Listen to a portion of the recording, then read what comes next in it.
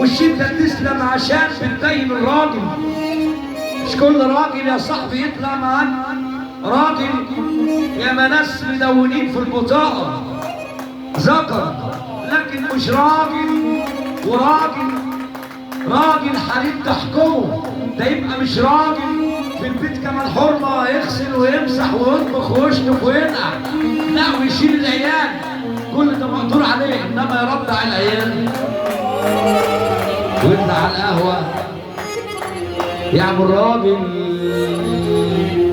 لكن انت يا ابو الصحاب في الشدة بلاقي جنبي من غير رن التليفون،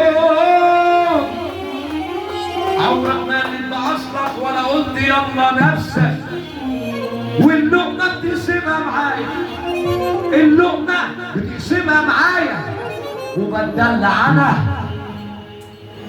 على حساب. اللي بيحب ابوه قوي يسمعنا سقفه جنبه.